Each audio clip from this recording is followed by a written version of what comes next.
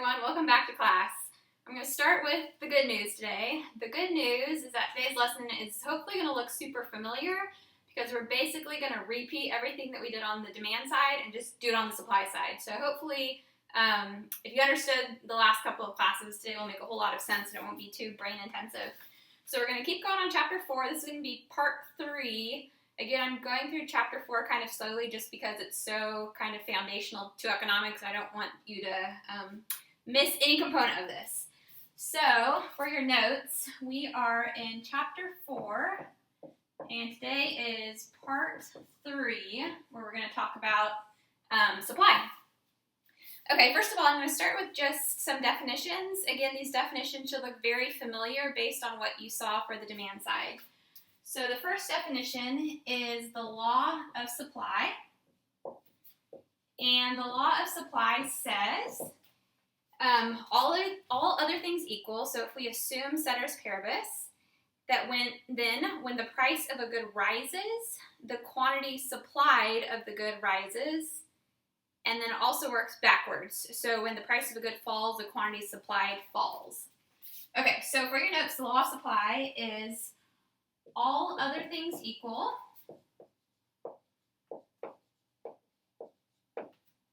which is ceteris paribus,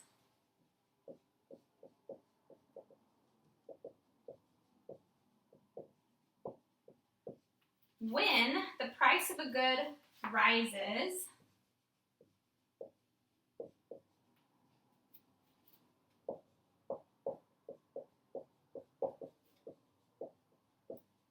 the quantity supplied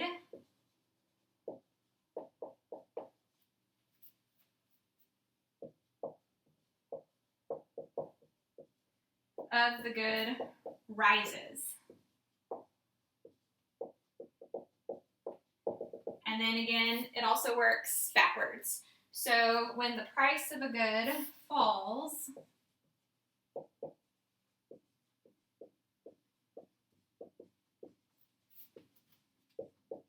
the quantity supplied of the good falls.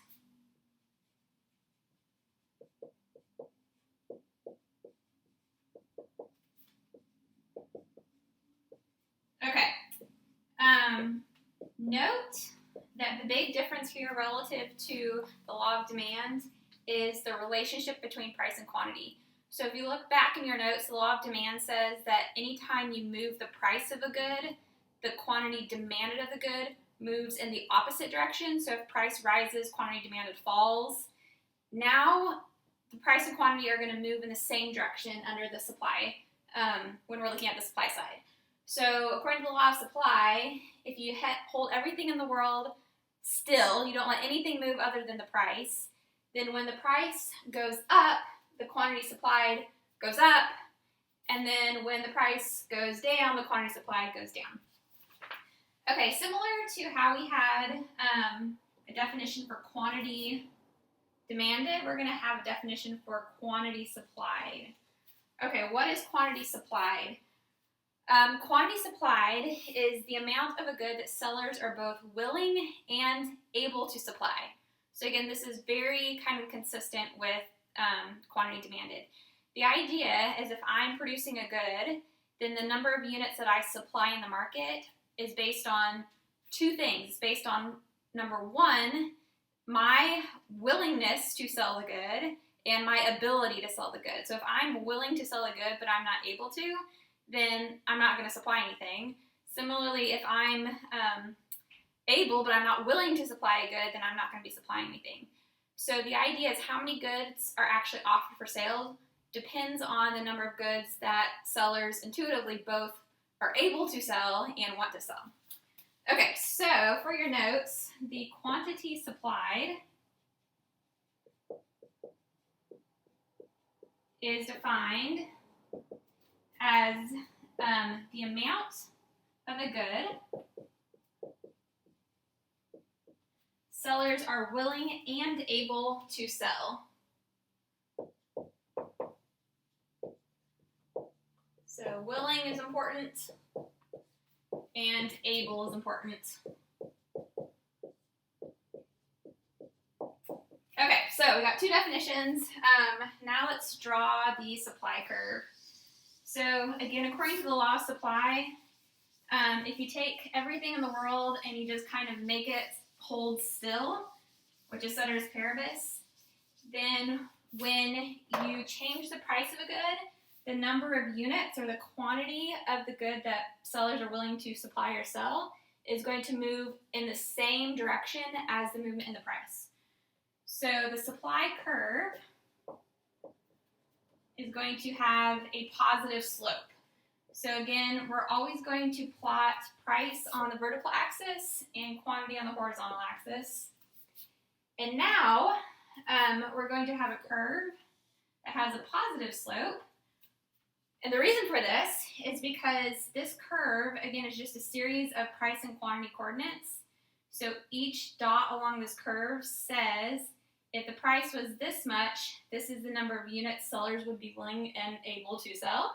If the price was this much, this is the number of units. This is then if we are sitting at this point, then that would tell us that at this price, this many units would be consistent with the quantity that sellers would be willing and able to sell. Okay, so again, this is kind of intuitive because suppose you open a bakery and you're trying to sell your baked products. If baked products aren't being sold at a very high price, so maybe if the going price for a cake is like $0, well then why would you want to sell any cakes, because you're not going to make any money.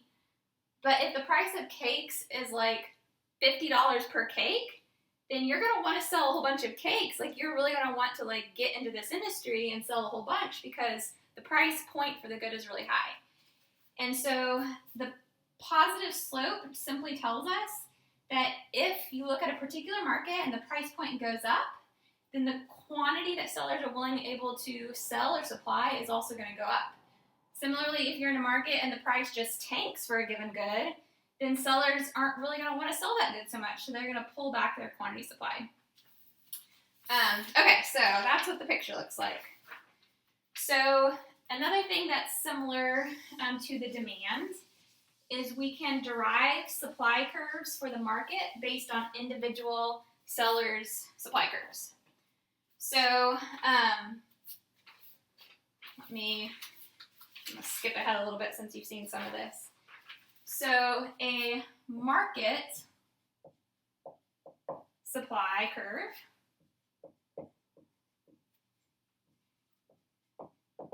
is going to be the sum of the put the O's next to the F, of the supplies of all sellers for a particular good or service. So again, each market is indexed by a particular good or a particular service. Okay, to derive a market supply, we are going to do the same thing that we did on the demand side. And what we're going to do is we're going to look at each seller's individual price and quantity schedule for what they'd be willing to sell. And then we're going to horizontally sum those supplies. And then that will give us the market quantity supply. So to derive the market supply curve, we're going to sum individual sellers' supply curves horizontally. Okay, the horizontal component is important. Again, just think about how we did this in the demand world. So in the demand world, we had a downward sloping demand, and we had different people who were buying a product. What we did to figure out the market demand is we pegged ourselves at a particular price. So maybe we pegged ourselves at this price. Okay, well, maybe for this first buyer, at that price point, he would be willing to purchase 2 units. So he would have kind of horizontal leg that's 2 units long. maybe for this other buyer at this particular price that we're looking at, he'd be willing to buy 3 units. So we have another leg that's 3 units long. Well, what that means is that in the market, when we horizontally sum the demand curves, we go over 2 units for the first guy. We go over 3 units for the second guy. This is the horizontal summation. And so in the market, at this given price point, now this is the number of units that are demanded. And so we're going to have a market demand curve that's just shifted out more and more, the more people you have in the market and the more units they demand. Okay, exactly the same intuition for the supply. So I'm going to give you some specific numbers so you can have a concrete example to hold on to. And we'll think about the market for ice cream cones. And let's suppose we have 2 people who are selling ice cream cones, Ben and Jerry. So I'm going to write the schedule of the numbers first, and then we'll think about how this fits in with the plot. So in the first column of the table, we're going to have the price of a ice cream cone. And in the second column, we're going to have supplier number 1, which is Ben. In the second column, we're going to have supplier number 2, which is Jerry. And then we'll eventually get to the market. Okay, so the various prices that we might look at are nothing, 50 cents, $1, $1.50, $2, $2.50, and we'll make $3 the last price point. And then let's say for Ben, okay, he's this guy that's thinking about selling ice cream cones. If he looks at the market for ice cream cones and he's kind of thinking about, do I want to enter this market and start supplying ice cream cones? Well, if all the cones are being sold for 0, then how many is he going to want to supply? For this guy, it's none. Like, if he's not going to make any money by selling these things, he's not going to be willing to supply any. Similarly, for this guy, maybe if he sees that the price of each ice cream cone is only 50 cents, every time he sold one, he'd only bring in a revenue of 50 cents. He's not willing to supply any. Maybe if the price of ice cream cone is $1, then he's like, okay, I'd be willing to sell 1. If the price is $1.50, okay, I'm making a little bit more, I'll supply a little bit more. And let's just keep on going with this pattern. And so what this would tell you is that for Ben, if ice cream cones are being sold at like $3 a pop, like that's a pretty good amount of money for an ice cream cone, so he'd be willing to supply 5 ice cream cones. Okay, so what we can do is we can take these price and quantity coordinates and we can plot Ben's individual supply curve.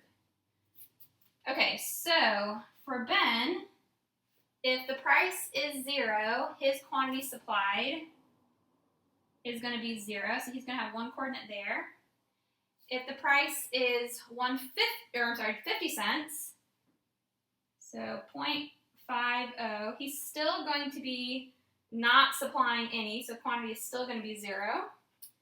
If the price goes up to $1, he'd be willing to sell 1.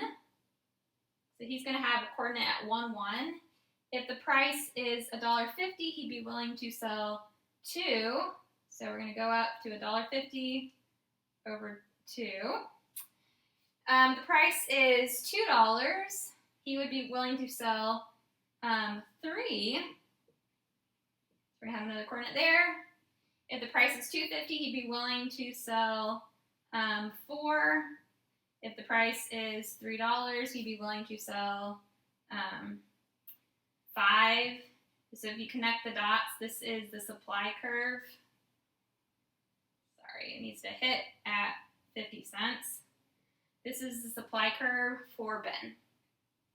Okay, Jerry's an entirely different person, so he might have a different willingness to supply given different price points.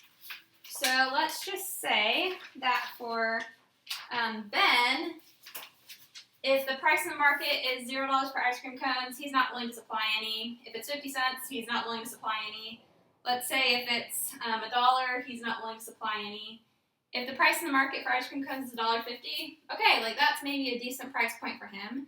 So maybe at that price point he'd be willing to supply 2. If it's $2, then he's going to be making more money, and so he'd be willing to supply 4. And then let's just keep going with this same pattern, and he'll go up by 2. Okay, again, notice that this follows the law of supply. So the law of supply says if you hold everything else in the world constant, but you just increase the price of a good, what happens? The quantity that's supplied increases. So as these numbers get bigger, these numbers get bigger. As these numbers get smaller, these numbers get smaller. Okay, we can take Jerry's price and quantity coordinates, and we can plot his quantity supplied. So for Jerry, if the price is 0, he's not willing to supply any. If the price is 50 cents, he's not willing to supply any. If the price is 1, he's not willing to supply any. If the price is $1.50, okay, he'll supply 2. So at 1.5, we'll go over 2 units, and there will be a coordinate right there. If the price is $2, then he would be willing to supply 4. So we're going to have another coordinate at 2, 4. If the price is $2.50, he would be willing to supply 6. Hopefully your notes are a little bit more to scale than mine, but you get the idea. And then if the price were a whole $3, so we got $3 here, then he would be willing to supply 8. So at 3, 8, we're going to have another dot. So if you connect these dots, okay, that gives us Jerry's supply curve.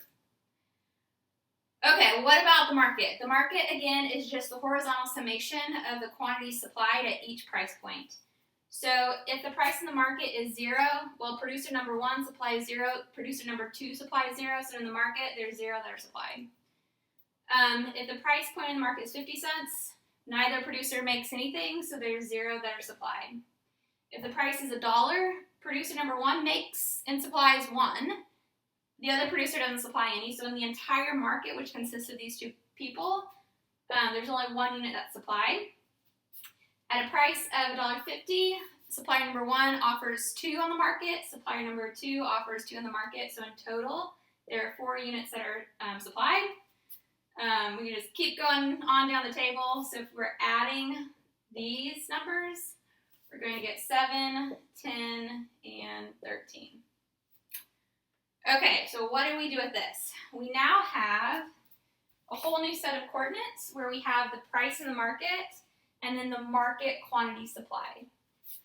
Okay, note that the market quantity supplied is just the horizontal sum of these 2 guys' supply curves. So, I'm going to put the market supply over here. In your own notes, you can put it on the right if you have room, but I'm going to put it over here for space. So, in the market, what we've got going on is we have price against quantity again. And let's start with, okay, so we've got 50 cents, $1, $1.50, 2, $2.53. Let's just start at $3. At $3 in the market, there are 13 units that are supplied. Okay, again, this is consistent with horizontally summing the individual supply curves.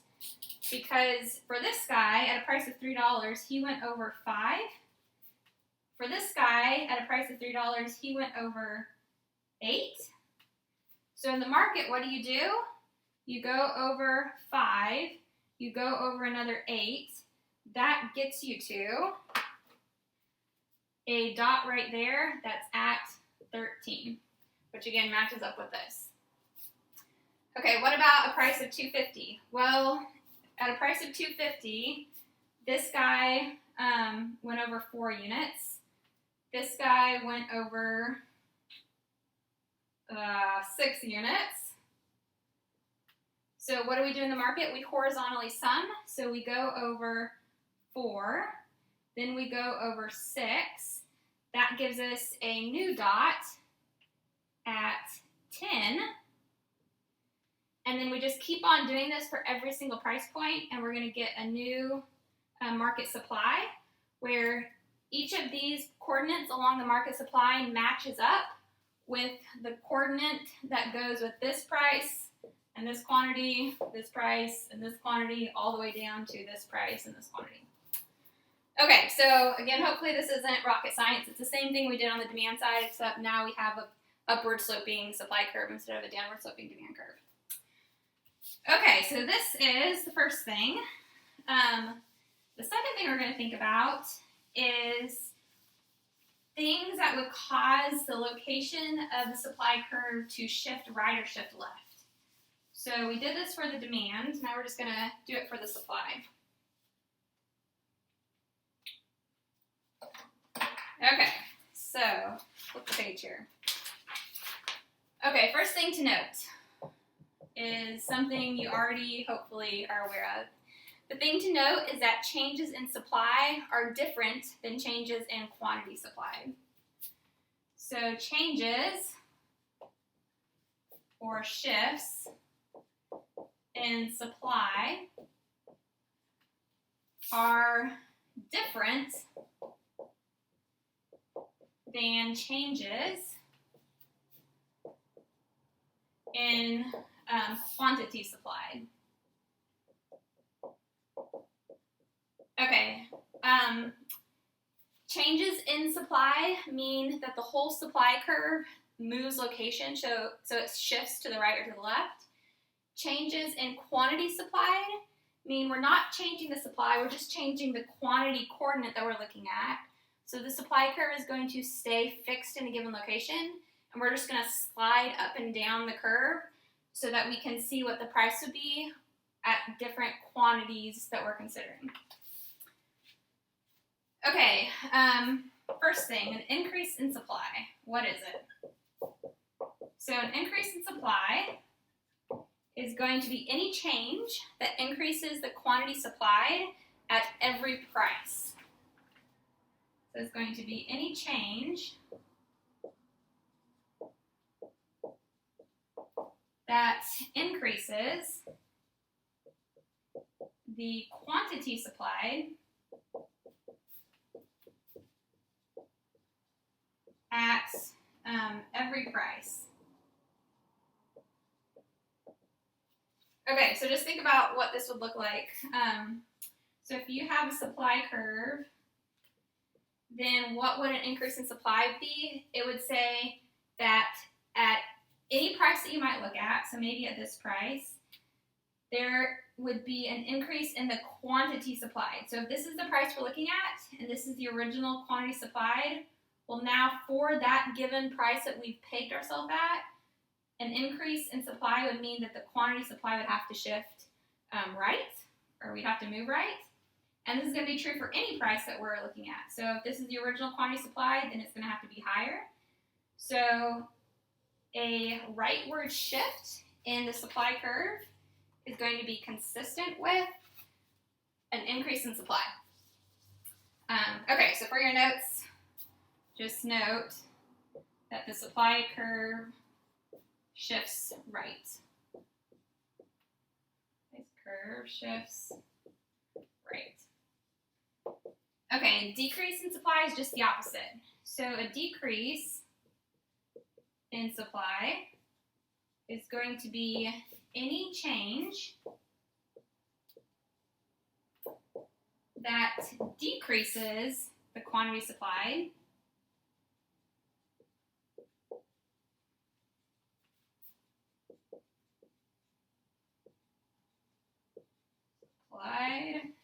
at every price. Okay, so again, just visually think about how this would work. If you've got a supply curve like that, a decrease in supply would say no matter which price you look at, so maybe you look at this price, if this is the original quantity supplied, a decrease in the supply would mean that quantity would have to go down. So maybe we'd have a coordinate there. And if we wanted to look at this price. Well, if this was the original quantity supplied, it has to go down. So this would coincide with the supply curve shifting left. So supply curve shifts left.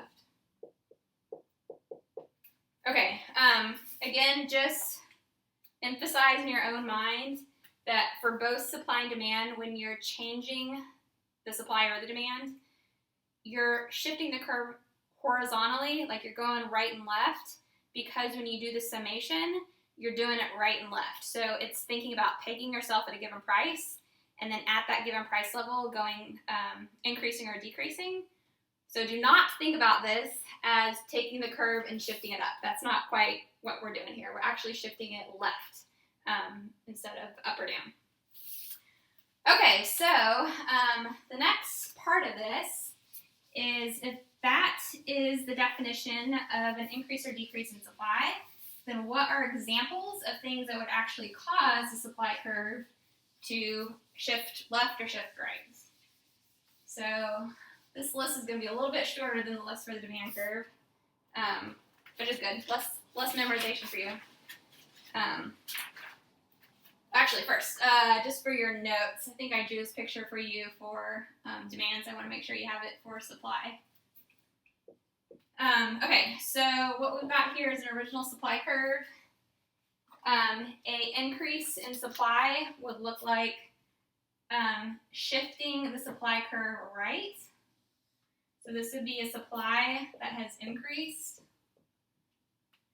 A decrease in supply would mean the whole supply curve shifts to the left.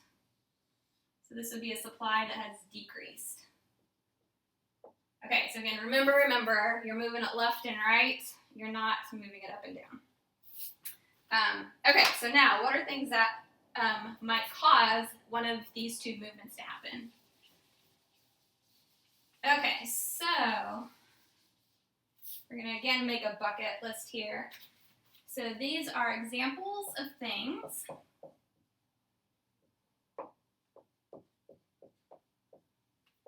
that can shift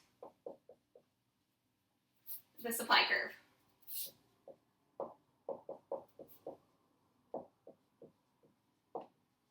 Okay, example number 1 is input prices. Okay, let me kind of explain what an input is. So an input is any kind of ingredient that you need to make the good that you're supplying. So for example, if we're thinking about the market for ice cream cones, well, the sellers, Ben and Jerry, they need certain things to make their ice cream. Those are the inputs. So inputs to ice cream might be sugar and milk. They might also be equipment to make the ice cream. It might also be people who work in the factory. So all those things are the necessary ingredients that you need to produce the good. These are the inputs. So the idea is if the priciness of the input changes, then that's going to cause the whole market supply curve to get up and move to the left or right, which is another way of saying that if the price of the market holds steady at some price point, then once this happens, suppliers are going to be willing to supply a different number of units at that given price point because the inputs have either become more expensive or cheaper. Okay, so let me give you kind of more specifics here. So the specifics are going to be that supply is negatively related to input prices. Okay, what does this mean? This simply means, for example, that higher input prices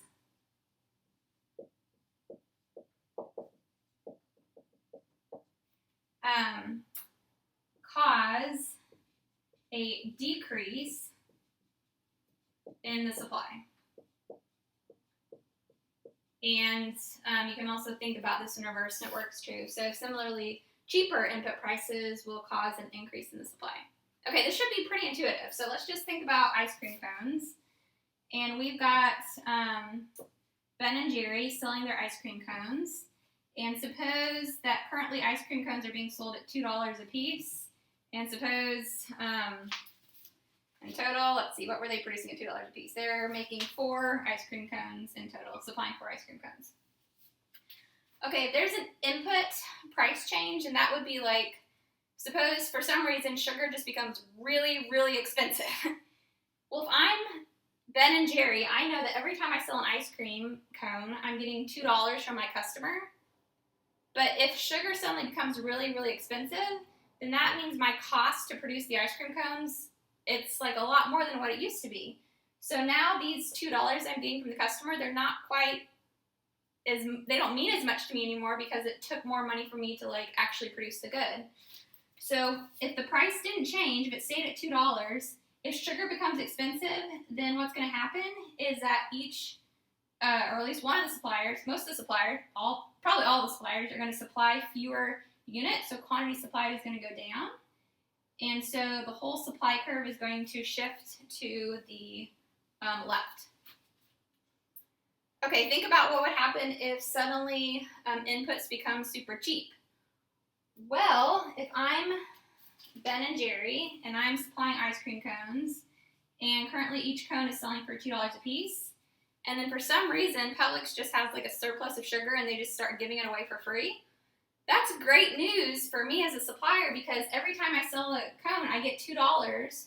But now cones are like really, really cheap for me to make. So like $2 is like really good because my costs are so low. So if the input prices fall, then the quantity supplied is going to go up for that given price point in the market. Okay, so first thing that can cause the location of the supply curve to shift left or right is a change in the input prices. Okay, second thing that might cause a change in the supply, or would cause a change in the supply, is technology. Okay, so what are we talking about here? Okay, technology is just kind of like the tech that is available to you in the production process. So suppose we're thinking about ice cream cones. Back in the good old days, they used to just like put the milk and the sugar and everything together in an ice cream maker and they would manually churn it. So it took a lot of effort to supply the ice cream. But at some point, technology kind of improved, and now you don't have to have a person like actually cranking the ice cream maker. You can just like put the ingredients in a machine and it just spits it out, so it's really easy to do it. So if that's the case, then what usually happens is it becomes just like more easy and efficient to make the good. And so when the price point stays the same in the market, if there's a technology improvement at that given price point, you're going to be willing and able to supply more. So for your notes, what you need to know is that advances in technology cause an increase in supply. So technology increases lead to rightward shifts in the supply curve. Okay, thing number 3 that might cause the supply curve to shift is expectations about the future. So this was another thing that caused the demand curve to shift, so it's also going to cause supply to shift. So expectations about the future.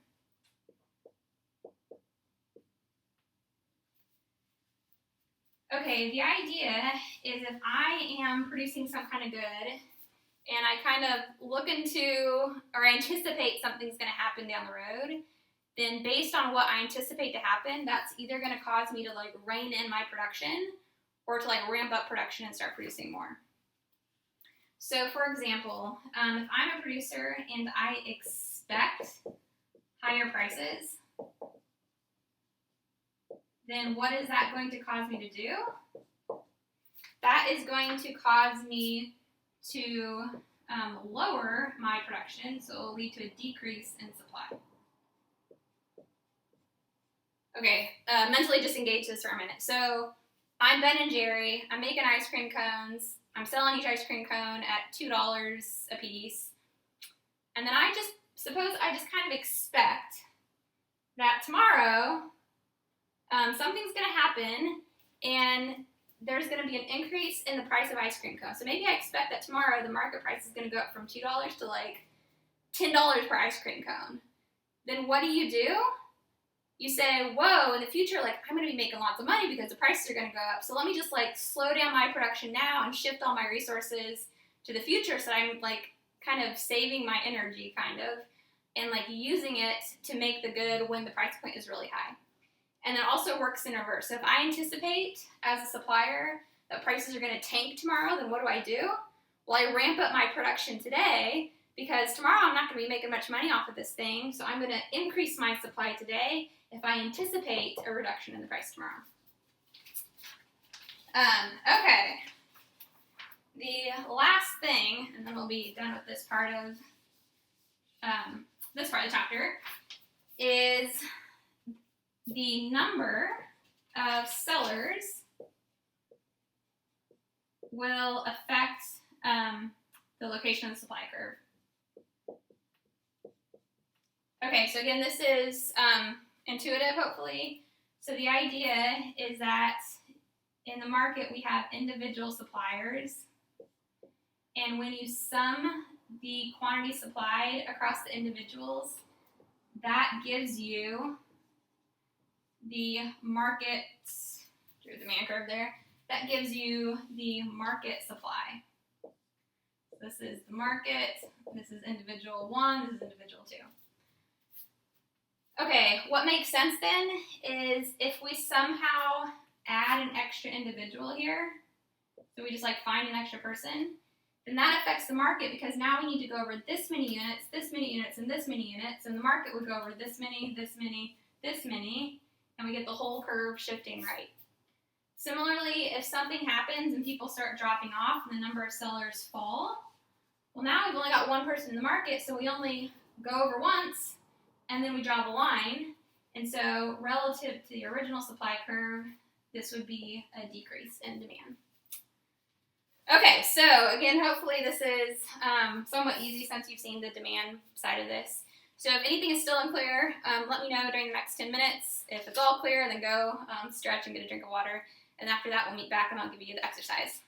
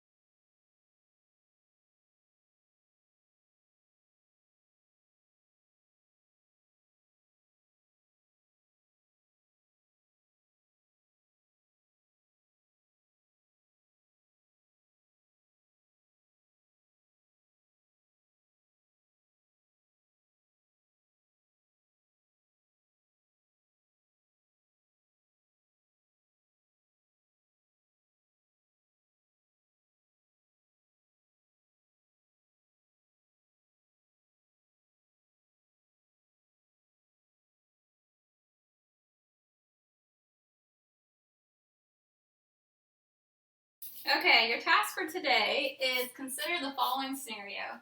Suppose, stand over here, we have two individuals. We have Grandma Betty and Grandma Sue, and they're both willing and able to sell cookies. Suppose that the number of cookies that they would be willing and able to supply are these numbers at these given price points. So if the going price of a cookie is free, Grandma Betty would be willing and able to supply 1. Grandma Sue would be willing and able to supply 3. Going down the table, if the price of each cookie was $3, Grandma Betty would supply 10. Grandma Sue would supply 6. Okay, what we're going to do is we're basically going to do the same kind of exercise that we did for the demand side, but just think about it in terms of the supply side. So your first task, you do not need to turn this part in, but it's going to help you for the rest of it, is on your own, just draw the market supply curve for cookies. So what you need to do to draw the market supply curve is you basically need to have an extra column here where you figure out the market quantity supplied given the price points, and then plot the price quantity coordinates for the market, and then that will give you a supply curve for the entire market. Okay, this is just kind of like preliminary work that you need to know how to do in order to proceed. Okay, the first question that you have to turn in is, at a price of $2, respond with the correct quantity supplied of cookies in the market. So in other words, if the going price for cookies is $2 a piece, then in the overall market, how many cookies would be supplied? Okay, questions 2, 3, and 4, I want you to think about the supply curve and then consider if this thing happened, then would the supply curve shift to the left? Would it shift to the right? Would the supply curve stay in the same location and we would just slide up, slide right or left along the curve? So, for 2, for example, think about what would happen to or along the supply curve if the price of sugar, which is needed to make cookies, goes down. So if that happens, would the supply curve shift left? Would it shift right? Would we slide left along the supply curve? Would we slide right along the supply curve? So answer what would happen. For the next one, respond with what would happen to the supply curve if the grandmas just started giving away their cookies for free. So they decide, like, we just like baking for people, here's free cookies, we're not going to sell them, we're just going to give them away for free. Then what would happen to the supply curve? And then the last scenario is what would happen to the supply curve if one of the grandmas quit baking. So if she just shut down shop, said I'm not baking anymore, then would the whole market supply curve shift left? Would it shift right? Would it stay in the same spot? And then you'd slide left along the curve or slide right along the curve. Friendly kind of hint, it's going to be really critical that you know how to do these types of problems for the exams. So make sure it's really solid in your mind what causes shifts and slides along the supply curve and the demand curve. Once you're done with that, you're free. And if any of this isn't making sense, reach out during the week and I'll try to help clarify things. So enjoy the rest of your day.